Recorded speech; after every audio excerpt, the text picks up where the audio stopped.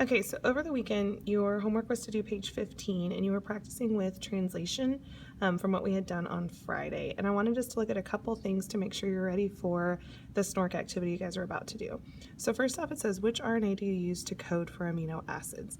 We are always going to use mRNA, because remember, mRNA is the one that is the messenger. It's the one that's actually carrying the code and telling us which amino acids we need.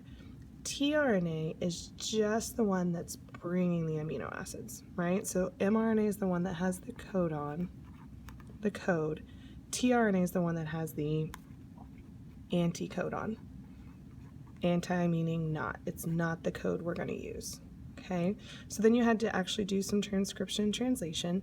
And if my DNA was TAC, GGA, CTT, I know T is going to go with A is going to go with U, because remember, RNA loves U.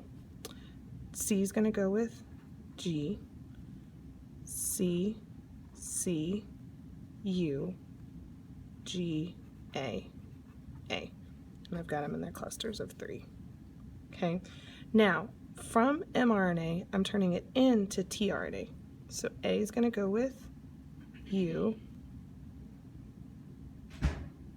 A, C, G,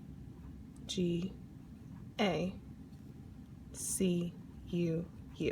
So mRNA to tRNA is simpler because A is always going to go with U is always going to go with A, G and C of course stayed the same. Now, I look between these two RNAs, which am I going to use for my amino acids? Well, I want to use the one that has the code. I'm not going to use tRNA when I'm figuring out my amino acids. I'm always going to use my messenger. So I look in AUG, first letter A, second letter U tells me I'm going to be in this box right here. AUG gives you either methionine or start. Then I look at CCU.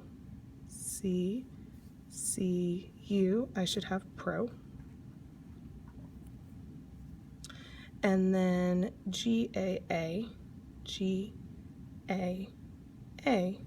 I should have glutamine.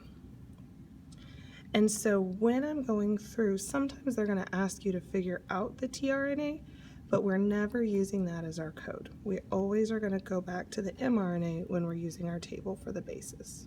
Okay? So again, let me do one more.